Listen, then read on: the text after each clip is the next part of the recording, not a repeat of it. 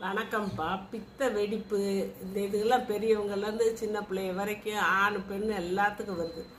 அதுக்கு இந்த தேங்காய் எண்ணெயை நல்லா தடவணும். எப்படி தடவணும்னா, நம்ம உப்பு தண்ணியில் போட்டு அரை மணி நேரம் இந்த பாதத்தை ஊற வைக்கணும். ஊற வச்சுட்டு நல்லா கழுவி தேய்ச்சி சுத்தமாக தொடச்சிட்டு, தேங்காய் எண்ணெயை ரொம்ப சதச்சதன்லாம் தடவினாங்க. சும்மா லேசாக பதம் போட்டாப்புல தடவி விட்டுறணும்.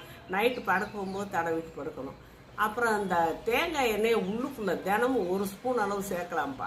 சும்மா குடிக்க முடிஞ்சால் குடிக்கலாம். இல்லை நாங்கள் அப்படிலாம் குடிக்க மாட்டோம்னா, நீங்கள் எதுனாலும் ஒரு சேலடு செஞ்சாலும் சரி, ஒரு காய்கறி செஞ்சாலும் சரி, இல்லை ஏதாவது ஒரு பழங்களாம் சாப்பிட்டாலும் சரி, ஒரு ஸ்பூன் எடுத்தால இப்படி கலந்து விட்டு சாப்பிட்ருங்க. வாசமாக நல்லாத்தான் இருக்கும். நல்லா சுத்தமான செக்கு தேங்காய் எண்ணெய் வாங்கி அப்படி செஞ்சீங்கன்னா வயசானவங்களுக்கு கூட அந்த மூளையில் இந்த மிஷின்களுக்கெல்லாம் ஆயில் போடுற பாருங்க, அந்த மாதிரி அவங்களுக்கு இதாகி நல்லா இதாகி அவங்களுக்கு அந்த மறதிங்கிறதே வராது.